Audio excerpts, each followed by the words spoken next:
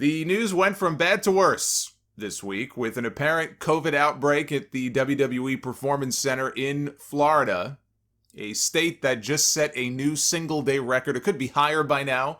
I didn't check the numbers for yesterday or today, but they just had over 9,500 new cases in a single day. And Vince McMahon is quickly learning that sometimes there is a price to be paid for the whole show must go on mentality. Actually, there's a price to be paid for not testing your talents and your employees, which WWE was not doing the entire time, which has led to the situation that they now find themselves in. Now, of course, they say that they will be doing COVID testing going forward for the foreseeable future. But it took what is reportedly positive cases into the double digits, possibly as many as 24, to finally get them to do what they should have been doing all along, but they were too damn stubborn to do. 3 months ago when WWE and AEW each made the decision to continue to run shows, and I can understand why, right? Not just the whole show must go on thing. If AEW probably, stops doing shows for any length of time, they're dead. They're dead. They don't get paid by TNT on that new contract. They're dead. They can't survive it. So I understand that. And for WWE, again, we don't know the exact terms of their TV contracts. I see people saying, they have to produce shows because Fox and NBC. Really? Because as far as I knew, there was no rock solid evidence of this. I don't think that anybody except WWE really knows exactly what's in the contract. Yeah, it's possible. It is possible that they are either penalized in some way, or it could be kind of almost like an out clause if they don't produce original content, but that's not confirmed. We don't know that. And I think also, frankly, the networks that they work with, it goes beyond just Raw and SmackDown and NXT. Look at all the programming they're supplying to FS1. FS1 has basically become a wrestling channel at this point. I don't think it's that cut and dry. I think, they could have made a different decision, and I think they would have survived. But the reality is, I understand both companies wanting to find a way to continue to run shows, but try to do so safely. But when they made that decision to continue running shows, I said at the time, probably not the only one, I'm sure, but I said, it's inevitable. It is inevitable where this is going to lead to. It was only a matter of time before this happened. And AEW, to their credit, they have, I don't know exactly when they started, but they have been doing actual testing every single week, usually on Mondays. So whoever they are bringing in for the show that week is tested so that by the time Wednesday rolls around, they have the results back and they know who to use and who they can't use, or who to send home. QT Marshall, he was pulled from Dynamite on Wednesday after being in contact with somebody outside the wrestling business who had since tested positive. They told him to stay home and go get tested at home in Georgia rather than come to Florida and risk getting other people sick. And then there's the AEW champion, Jon Moxley, who was scheduled to wrestle on Wednesday and pulled himself from the show, telling the company that he had been exposed to someone who was exposed to someone who had tested positive.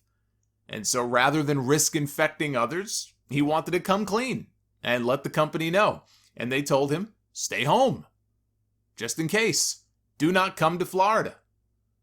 Now, it seemed pretty obvious at the time who he was probably referring to, because, you just put two and two together.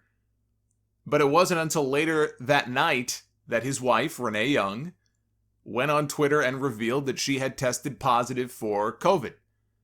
She was the first to go public with such an announcement in WWE. WWE, apparently, here's how the chain of events went down. So WWE apparently tested her when they tested everybody else. She tested negative. Taped television, did whatever she had to do. She went home. She started to feel sick. So she took a test back home. This was not a WWE administered test. She took her own test back home in I guess, Vegas, and it came back positive. And then she tweeted, man, what a few days. My show gets canceled and I get COVID. Wear your masks, wash your hands, stay safe, everybody. That canceled show is WWE Backstage. which got the axe from FS1, which is going to continue to air WWE documentaries and old pay-per-views, which I've actually been enjoying when I kind of drop in on some of these pay-per-views. The other day it was Royal Rumble 2008, Survivor Series 96 a few weeks ago. Apparently they do reasonably well numbers, so that will continue. WWE Backstage will not. Although it is possible, I guess they could do a one-off here and there around a big pay-per-view maybe. But Renee herself used the word cancel, so the show is canceled. So that means Booker T and CM Punk and Ryan Satin all lost their gigs. I don't know what they paid CM Punk, but I'm sure he did not come cheap. And given that he had no impact at all on the numbers and the ratings, which is directly tied into why the show is no longer on the air, and he only made a handful of appearances. It wasn't even like he was appearing every week or every other week. Boy, he made off like a bandit. He made off like a bandit in this deal. Now, Renee is said to be doing better, which is, thankfully, that's great to hear. But this puts the AEW World Title match at Fyter Fest in great jeopardy. The match between Jon Moxley and Brian Cage, because even if Moxley does not get sick, and look, there's a very good possibility that he will, if they're living in the same home, even if they're trying to distance, there's always that chance. But even if he doesn't, he should be quarantining for 2 weeks. They're taping night 2 of Fyter Fest this Thursday. So I'm not sure what they're going to do, but honestly, that's not really the issue here right now. That's an AEW creative issue that they'll have to address if their champion cannot show up. The bigger issue is that WWE had a female NXT performer who tested positive and was last at the PC, I guess, on June 9th. They had started around that time, or shortly after that, is when they started inviting friends and family to the tapings of those quote-unquote fans you saw in the audience. That was friends and family. So now they had people who don't even work for the company coming in and out of that building. Renee, she was there, right, on television interviewing people. She was in the ring for the AJ Styles celebration on SmackDown after he won the Intercontinental title. I mean, there's no telling who may have been exposed by who or when. Now they have double-digit positives, reportedly, which clearly they had positives because it forced them to scramble to rewrite some of their television this week. I mean, look who was missing from SmackDown. They had to cancel the Raw taping that was scheduled for Wednesday, reschedule it for yesterday, because allegedly they didn't like some of the test results that came back and they wanted people to get retested. Now, they did end up taping Raw yesterday, so I don't know if that means some of the tests came back negative a second time, or maybe they just didn't use those people. But they got their tapings in. We'll know for sure by tomorrow based on who is on Raw and who is not, who is missing from Monday Night Raw.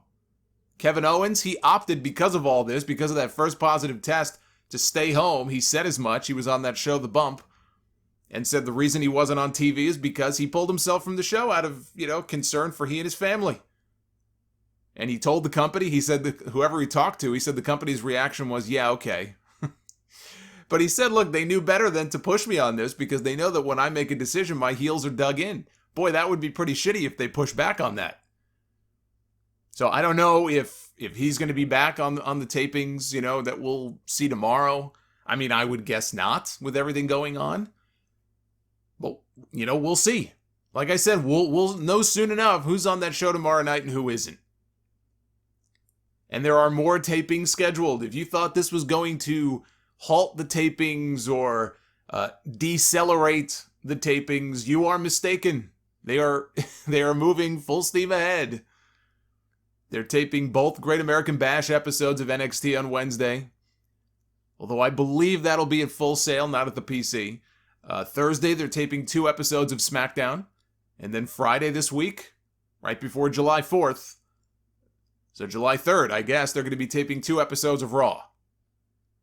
Now, per The Observer, WWE had no idea Renee Young was going to go public the way she did with her diagnosis. She did that on her own, and the company was said to be not very happy that she did that. Oh no! Oh no! Vince McMahon's code of silence has been shattered. Too bad. I'm glad she went public with it. You know what? I hope every single one of those wrestlers who's been diagnosed with it, who want to go public because it should be their choice and no one else's, if they want to tell people, then you know what? They should be allowed to do so. This is not a dictatorship. The only names that have come out so far are announcers and agents that have commented publicly on their social media accounts because they are apparently not being held, I guess, to the same code of silence that has been imposed on the talent.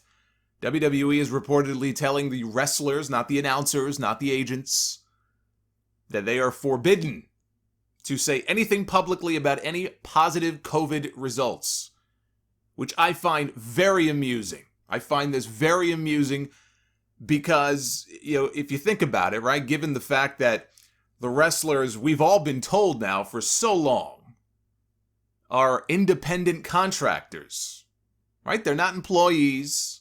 They don't get the same benefits that employees do or anything like that. They're independent contractors. Even though they're told to be where to be and when to be there, how to dress, what to say, what not to say. Nor are they allowed to take outside jobs with other promotions or work in anybody else's ring. They're not allowed to take outside TV roles, outside movie roles without first approving it from their WWE overlords, which at least that one I can kind of understand if it's a matter of, listen, we may need you on this date or that date. We want to make sure the two things don't conflict. But we've heard stories before, right, over the years from people who said, man, I had to turn down this great role because WWE said no.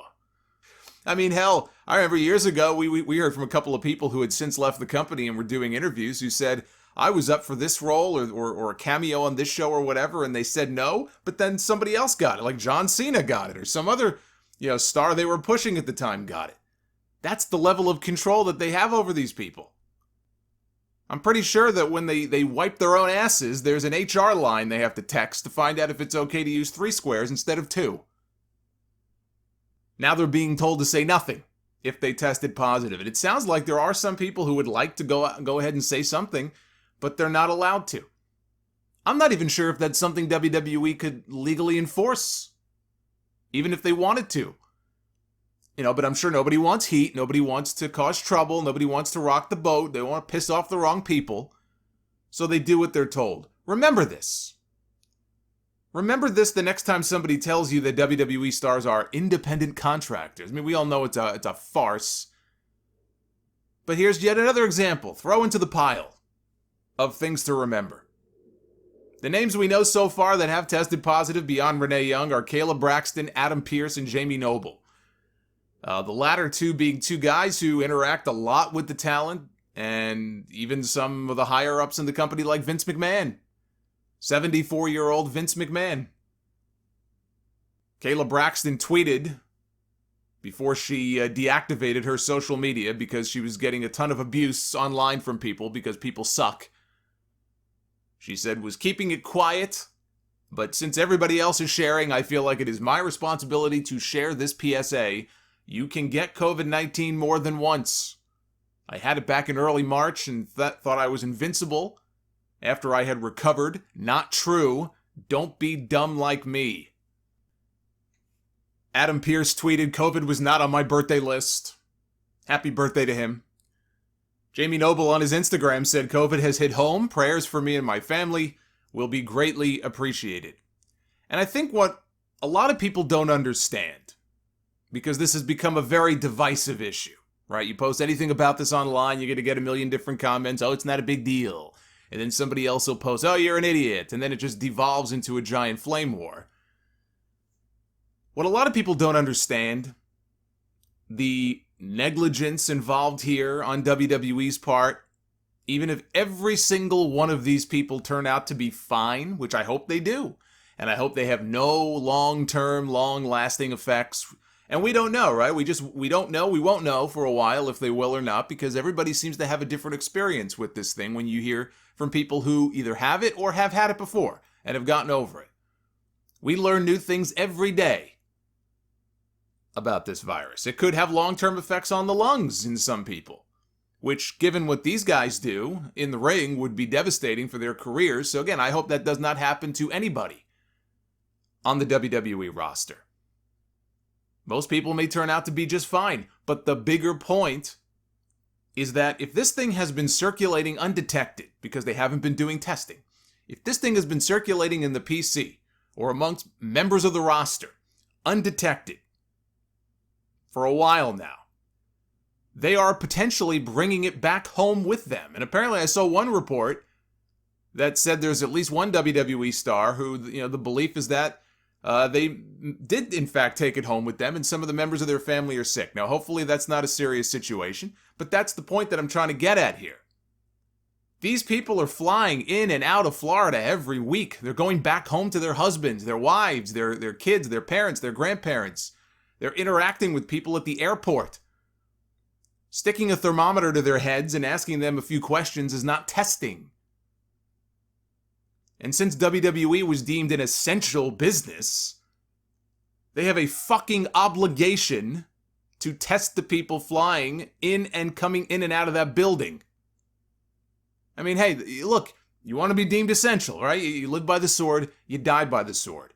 You've got to take extra precautions if you're going to have people coming in from all parts of the country. Look at what's going on right now in some of these places. Some states you would never know that there was some kind of virus. Other states now, they started reopening. Now they're pulling back. Arizona, Texas, Florida, all of these different states. New York is no longer ground zero. I mean, I wouldn't exactly call it great here either, but it's not exactly ground zero the way it was weeks and weeks ago. And you've got a roster of talent and agents and announcers and employees spread out all across the country from the East Coast to the West Coast. You want to be essential? You treat your people like they're essential. That is not what they have done so far. They've done the complete opposite. I see no reason why if AEW can do it, that WWE can't. I mean, it's embarrassing. It's embarrassing that Tony Khan can make sure that his roster is tested every single week, and Vince McMahon did not see fit to do the same. Not until it came back to bite him on the ass. The same man who once told us that his ass could do tricks. Too bad his ass couldn't make COVID go away. Then we've got Sean Ross Sapp from Fightful saying that Kevin Dunn was very vocal a couple of weeks ago about COVID not being a big deal. I'm not surprised. Throw another log on the fire. I'm not surprised. You can tell in the way that they've handled this so far, nobody at the top seems to think that this is all that big of a deal. But you know who probably does? Some of your talent. And then other talent doesn't, clearly, based on some of the things they posted on social media. And they've been out in bars and places like that. A lot of them don't seem to take it seriously either, which is part of the problem. But I guarantee you there are people on that roster who take this thing a hell of a lot more seriously and are a lot more concerned than Vince McMahon and Kevin Dunn appear to be. And they let those people down. They have done a huge disservice to their talent and their production staff. They cannot even keep their talent informed about what the hell is going on. You had Mia Yim about a week or two back after Monday Night Raw going live on a Twitch stream, going live on her Twitch. She had to find out from a fan about that first person who tested positive at the PC. She found out during her Twitch stream. This is as all of this news was first breaking. They were not told anything by the company at first. They had to follow the news on social media. They had to follow the news on the wrestling news websites to stay informed about what was going on. That is inexcusable. Someone who was brought in as an extra for the recent tapings, who, contrary to some of the reports out there, he does not work for MLW, but he was brought to the PC as an extra for the shows. He was already alerted by WWE that he tested positive for COVID, and apparently he wasn't told much else because he took to Twitter in a panic to say, hey, WWE has informed me that I have tested positive. If anybody could reach out to Renee Young for me, I need advice on how to deal with this. My wife is pregnant as well. Please, anyone help. They told the guy that he tested positive and he is scared to death because he's got a pregnant wife at home. And he's left to tag Renee Young on Twitter asking for help. Now, I mean, he should probably call his doctor instead of going on Twitter for medical advice. But I do feel bad for the guy. Hopefully he didn't give it to her. He says now that his wife has since been moved to a safe location, he's quarantined, I guess, by himself at home, and hopefully everything turns out well. But you can imagine how scared he must have been, not even for himself, but for his wife. And that's just him being brought in as an extra for the shows. He's not even one of these people coming in every single week. And if you were ever unsure of what kind of relationship WWE has with ESPN, take a gander at the WWE section, the WWE news section on the ESPN website. That'll tell you all you need to know. Not a single story about any of this news from this week. They had one story about Travis Banks and Lee Guerrero being released, with the allegations, but nothing on the latest COVID stuff. If ever you needed a reason why nobody gets their wrestling news from ESPN, there you go.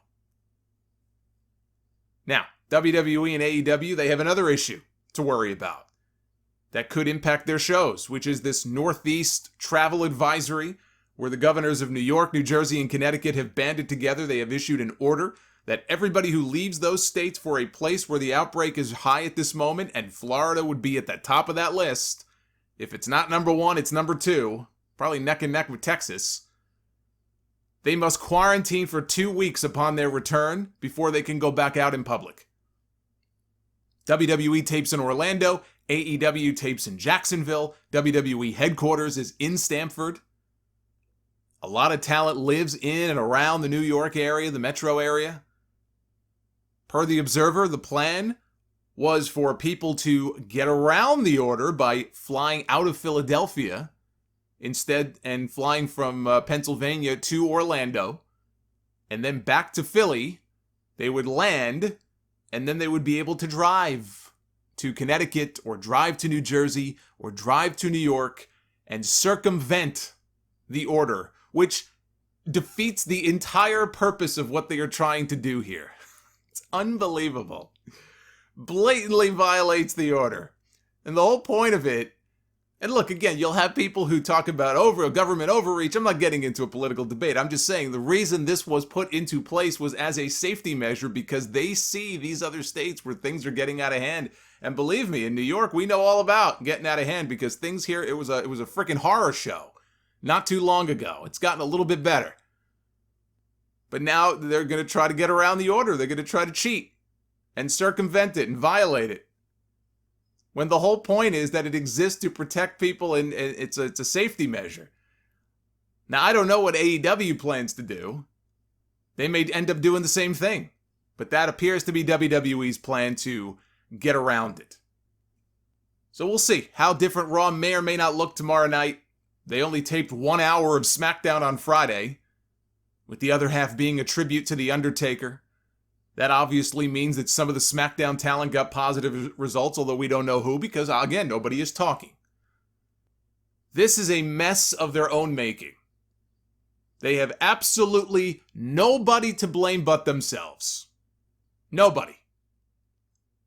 But they don't see anything wrong. We had this guy, Jon Brody. Jon Brody is an executive VP in the company. He did a virtual panel. He participated in a virtual panel for a website called Sports Hiatus. Or maybe it wasn't even a panel, it was just an interview. This is what he had to say about WWE's decision to continue running live events during the pandemic. Okay, this is what he had to say. He said, "The health and safety of our superstars is first and foremost paramount. It comes down to leadership in many ways. Our leader believes we have a social responsibility to put fans first and to help them get a break from what was coming and what we are now in the midst of. We have a responsibility to take them away for a few hours and give them a smile and a chance to feel something other than what they are watching on the news. We leaned in to say that we're going to put fans first and do everything we can working with the state, local, and federal officials to make sure it is safe for our most important resource, the WWE superstars. We understand the decision that other sports made. We would not have made the decision that we did if we did not think that we could do it safely for our internal staff and for all those affected, but we felt that America needed it and needed the pick-me-up." Our leader, our dear leader, believes in putting fans first. That might have been the most honest part of that statement. They certainly didn't put their talent first. That part was a lie. They would not have made the decision to continue running if they didn't think that they could do it safely for their staff. Well, you failed. You failed. It is disgraceful the way the WWE has handled this. Billion-dollar company, 10-cent brains. Every last one of them.